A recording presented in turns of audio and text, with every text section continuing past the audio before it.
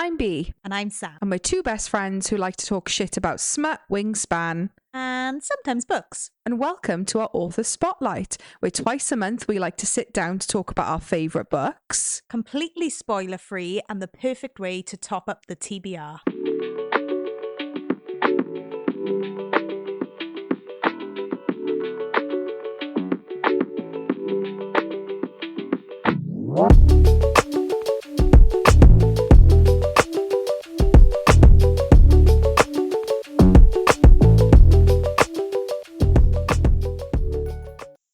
Welcome back, Smutterflies. Happy July! Happy Monday! Yay! And we're back with another Author Spotlight. Of course we are. We're always back with another Author Spotlight. The grind don't stop for us. Do you know what? You're bloody right, Sam. The grind doesn't friggin' stop. Why am I refraining from swearing? The grind doesn't fucking stop. You're right. Bee's on a swear ban. Yeah, I know. What the fuck?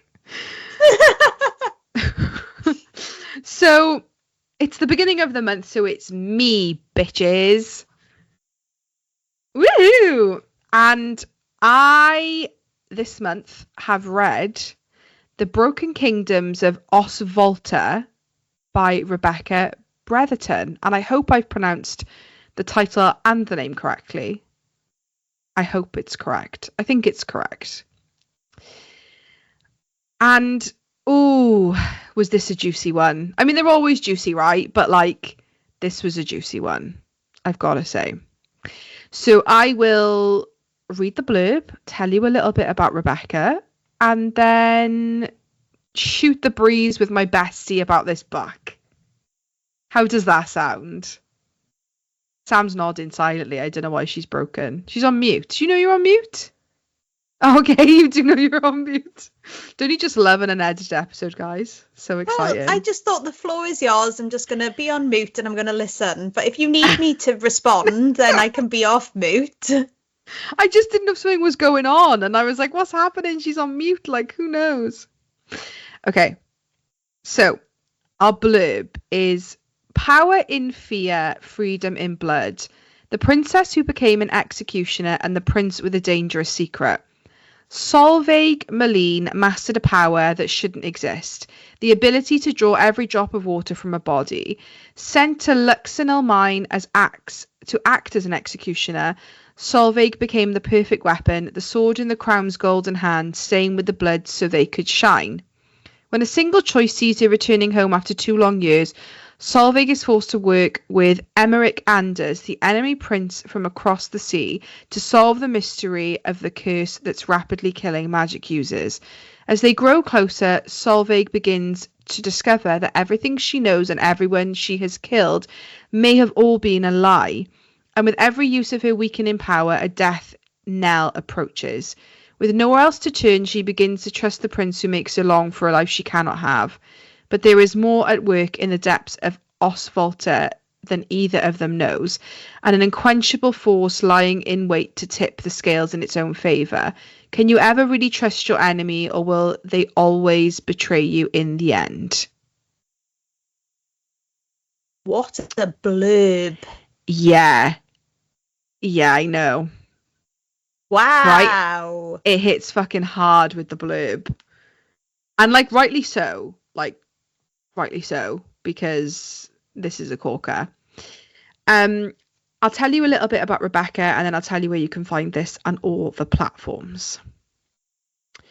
Oh, Rebecca doesn't have an author profile. Oh no! Does that mean we get to write one? We get to write one. Let me just check that she doesn't. You start making up one while I just check that she doesn't have one somewhere else. So. Oh, go on. Sam's going to do it. Oh, sorry. No, go for it. Rebecca lives with her rescue dogs. She's got 4 rescues. And she loves going for walks with them and running with them and just spending all of her time reading books on the sofa, cuddled up with all her little rescues. That was Excellent. I have actually found an about the author on her website. So sorry, Rebecca. Watch now. She's allergic to dogs. She doesn't like going outside. Yeah, literally. As of 2024, Rebecca is officially in her 30 and flirty thriving era. Oh, same girl. Woo! We love it. Born and raised in Northern England, she now resides on Ynys Môn. Snaps for a Welsh girlie. Woo-hoo! In North Wales with her 2 dogs, Fergus and Nova, and her parents. Yes, she is, unfortunately for all involved, one of those millennials as yet unable to afford to move out. By day, she answers medical queries, signposting to appropriate services. By night, she sleeps. She is, after all, 30, but all of the waking hours are spent reading, writing, and aimlessly scrolling TikTok. She likes to call it market research. Having spent decades dreaming of writing and publishing her own novel, the time has finally come. The Broken Kingdoms of Osvolta is her debut novel, building on the experience of the WPs left to languish in a digital drawer. She describes TBKO as the work she is the most proud of, the first story she has ever felt confident enough to pursue publishing, and is coming your way late 2024. I love that. That bio is a bit of me, I'm not gonna lie.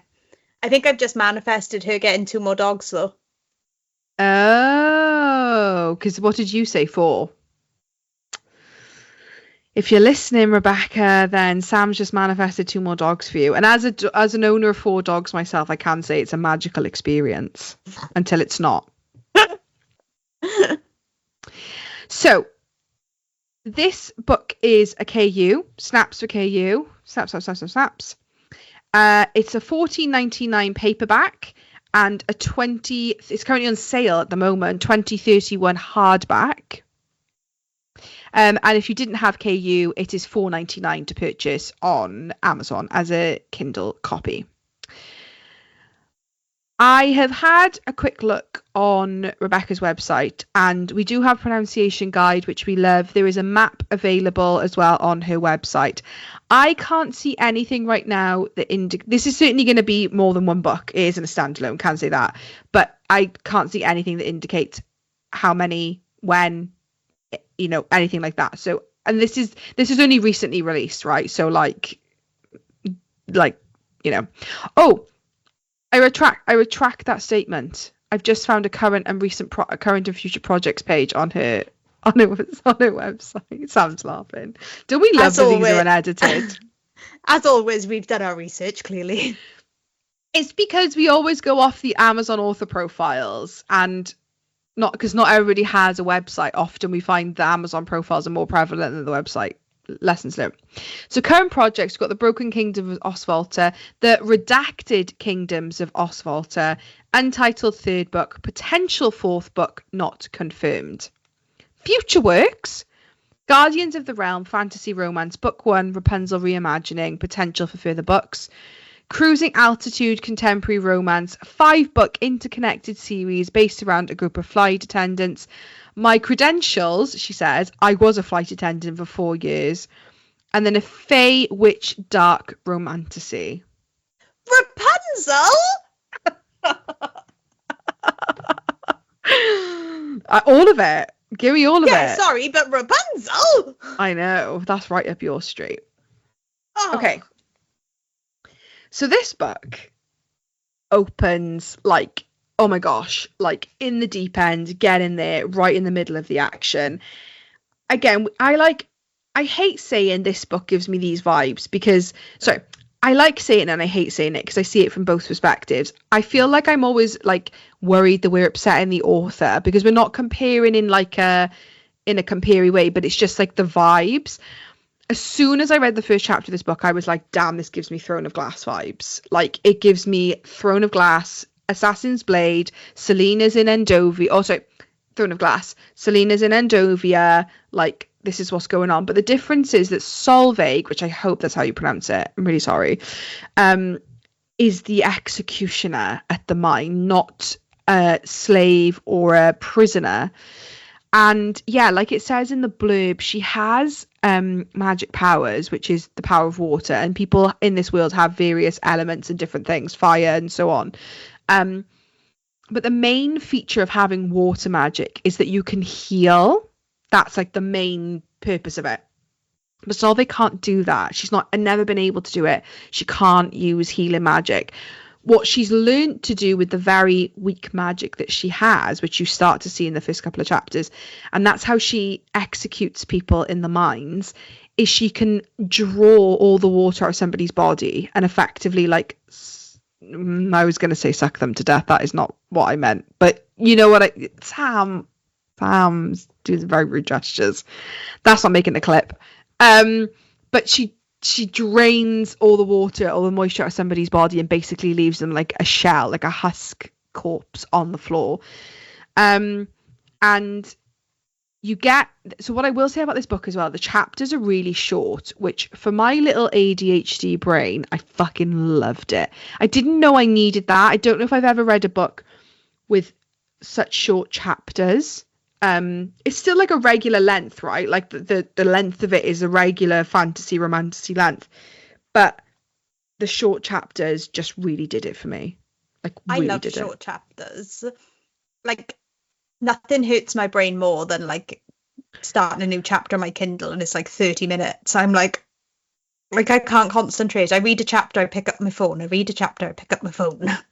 And that's something that and again, I'm not saying this because other things I don't feel provide this, but the pacing in this is impeccable because the scenes are like the chapters and the scenes are they're short, but they don't feel short. They're concise, but they don't feel too concise or trimmed down. They're just so like meticulously planned. Does that make sense? Like, yeah. Like they just feel like every single chapter's literally been like balanced and weighed on a tiny little scale to be like the perfect little bite-sized, mouthful. That was a good analogy, wasn't it? Whoa, where did that come from? Whoa! Are you an author? I might be. So why are we so obnoxious today? But yeah, and I also have to say, if and when you come to read this book, the chapter headers are delicious, so fun, and yeah, so that's kind of Solveig, and this is another one of those ones where I literally can tell you like 5%, and then nothing else I can tell you is just all spoilers. But basically, she is aware of somebody that's in the mines that is the brother of a previous friend of hers, and they are also a prince of like a neighboring country realm sort of thing, and they've been in the prison for a while, but effectively she gets a death summons from her father, who is the king, to say you need to execute him. And like Solveig's executed so many people while she's been doing this position, and obviously you get the vibe that like she's been sort of made to do this. This isn't like a choice that she's made to go be executioner because she was a princess, and she doesn't do it. She can't go through with it, and sort of, I say on a whim, but as soon as she gets the report to say she needs to kill him, she decides she's going to break him out, and she breaks him out and runs off with him. And she does make it across the border to his like neighboring country realm, like a guard post. And they do make it. She gets severely injured in the process. And her ex-best friend, who is the next in line or heir to that country, so the person that they freed, sibling, when they find them, you think it'd be this big reunion, like, oh, you found my brother, like, thank you so much, you're my friend, like, thank you. And they're like, no, I'm gonna kill you, because they've had some kind of like massive falling out. So it's like really like, oh my god, like I didn't expect that because you were supposed to be friends, like, and basically then Solveig makes a decision to go back to her kingdom, to her country, to go back into court with her mother and father, the king and queen, and her brother, who is the heir to the throne, and the prince. And in the beginning as well, when you get in these chapters, because it's third person POV, it's split between Solveig's POV and the king and queen's POV while this is all happening. So like you see them getting the information that Solveig's decide to basically run away and not go through with it. And then Solveig decides to go back to court effectively to where she's from and deal with the repercussions, I guess. And that's kind of all I can say. I don't think I can say anymore, but it's that's like a toe dip into the story, but I can't really say anything else. Wow, that sounds so interesting. Yes, and class. do you know what's really interesting to me is that usually when you have like a king and queen setup, but like their princess is their baby, like, you know, she's spoiled and wined and dined and like lives a life of luxury in the palace. So for her to be the princess and be sent off as an executioner is so interesting. And where Solveig is from, it like that her parents' like throne is known as I think they call it the Golden Crown or the Golden Court, because her mum, her dad, and her brother are all like blonde, like seen as like this, like, you know, golden, like better than everyone else. And she's got jet black hair, and they call her like the Dark Princess, the Dark Witch, like the executioner. Like she's like the blood stain on the family. It's really interesting. Oh, yeah, really like a little ugly duckling scenario. Well, she's stunning, but like no, sorry, yeah, but you know what I mean. Just different. The ugly duckling isn't ugly. Okay, thanks. All right, sorry. Okay, but yes, very much that. Yes. Oh, I love that. Mm-hmm. Are we ready for questions? Yes. What was your favourite part of the book?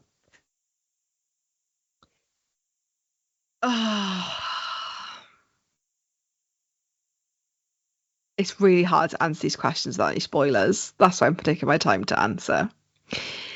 I think my favourite part of the book was, and I wouldn't say it's a plot twist, but Solveig making the decision to go back to her court and where she's from. It isn't so much a plot twist, but I really didn't expect it, because I think up until that point, I kind of had a vibe of where it was going. I was like, I think I'm getting where this is going. And then she makes that decision, because often in that situation in stories, like the main character, the protagonist, is like running from this like background. They don't want to get caught. They don't want to go back. Like they've left that life. They don't want to run back to this like abusive and problematic like scenario. But she chooses to go back and face it. And that was really interesting. I really didn't expect it to take that turn. Oh. Did you race to the end, or was it more of a slow burn? Race to the end, because like I said, I mean, I would have anyway. The chapters could have been 50 minutes long and I would have raced till the end. We're just those kind of readers. Mm-hmm. But even though I didn't read it in one sitting, because nowadays with like a toddler, like, so I'm playing my little violin, but I really get the time to like be able to read something start to finish in one sitting. So it did take me like a couple of evenings and, you know, I'd say about a week to read it, but that wasn't consistent reading. But anytime I actually sat down to read it, I got through so much, because like I said, the pacing and the small chapters just really like did it for me. Oh, I love that. Mm-hmm. Which scene has stuck with you the most? So I'm going to have to be really careful about talking about the scene, because again, there's loads of spoilers. But there's a scene. So Solveig's brother is a piece of shit, to put it lightly. And there's a scene, she's literally just arrived back from traveling to come back to her country and her court. And pretty much straight away, her parents are like, you need to go to the temple and like effectively like pray for your sins, of want of a better word, and go like wash away, and like you need to like, which is ironic because they're the ones who made her do it, but it's more to put on a face, I guess, for like the public. And she goes, and her betrothed at the time is like the son of the high priest. Like there's other terms used in this, but for just to describe it, like he's the son of the priest. So she's been away, she hasn't seen him, and like it's not romantic at all, like not romantic, like it's a arranged marriage. And she goes in and she just thinks she's going to go and, you know, have like a sermon and leave. And they're like, no, your brother. Oh, no, there's something planned for you in another room. She goes in and her brother's in there with like basically this contraption, right? It's wild. That like these metal like prongs like fixed to her skull, like her scalp. And she doesn't know what's happening. She's like, okay, I'm just going with it. And again, without too many spoilers, there's let's say a prophet in another country in a different kingdom that is like an oracle, like the oracle, right? And he's like the all-knowing, all-seeing oracle, and everyone, the vibe you get is like everyone seems to bow to this oracle, and it effectively connects her brain with the oracle, so like kind of like it can read her mind from where she is in a different kingdom, and it basically reads her mind and tells her brother the truth. So he interrogates her about like her intentions, like what she did in the mines, like why she really freed the prisoner, like why she ran away, like all these questions. Is she come back to like kill the king and queen? Like what is she doing? And the oracle is like in her mind, talking to her and reading her mind. And he says like, oh, you didn't come, like you didn't pray to me, you didn't leave out like blessings to me in the 2 years you were in the mines, because he's fuming about that. And she says mind to mind like, well, my parents told me that I don't need to, that's okay, they told me. And he's like, I'm gonna tell if you're lying. And he goes in and pulls out the memory and watches it, and she's not lying. Like she then replays like a memory of her mother telling her like, don't worry about it, you just need to like go do the killing, like you don't need to think about that side. And he's like, okay, you didn't lie, I'm not going to give your brother what he's looking for in terms of answers right now. So he doesn't like lie, but he kind of does for her, and then lies to her. Yeah, and then it's wild. Like it's so, and like up until this point you've kind of had like no indication of any of this, like there's being this other power, like nothing, and it's wild. That's all I can say, is it's just nuts. That sounds mental. It's so good, honestly, so good. Like chapter to chapter, like you have an idea of what's happening, obviously, because like it's following a plot, right? But like because it's third person, oh my god, so interesting. Sounds it. Mm-hmm. Would you want to read another book by this author? Yes, every single thing that we read out on the coming up list on their website, I'll take them all. Stunning. What surprised you most about this book? Ooh, that the MMC is. I had a ride with it. Is all I'm gonna say. That's all I'll say. Is that not even the love interest is a ride. I think I thought someone, then I thought someone out, and then I was like no, and then it's a ride. That's all I'll say. Ooh. How did your opinion of the book change as you read it? Well, like that, obviously, like I just said. And then also, yeah, again, because it's third person, you kind of like, in a way, like Throne of Glass. I will compare it to Throne of Glass, you know, because it's third person, but it is Alien's POV, but it's third person. But because of third person, there's so much you're able to like hide from the reader because you're not in the character's mind per se. Yeah, there was just so much about the plot, where it goes. Like I said, even those two little bits that she goes back to the kingdom, that scene with her brother, you just can't predict any of it in the best way. It's such a roller coaster. Oh, I love that.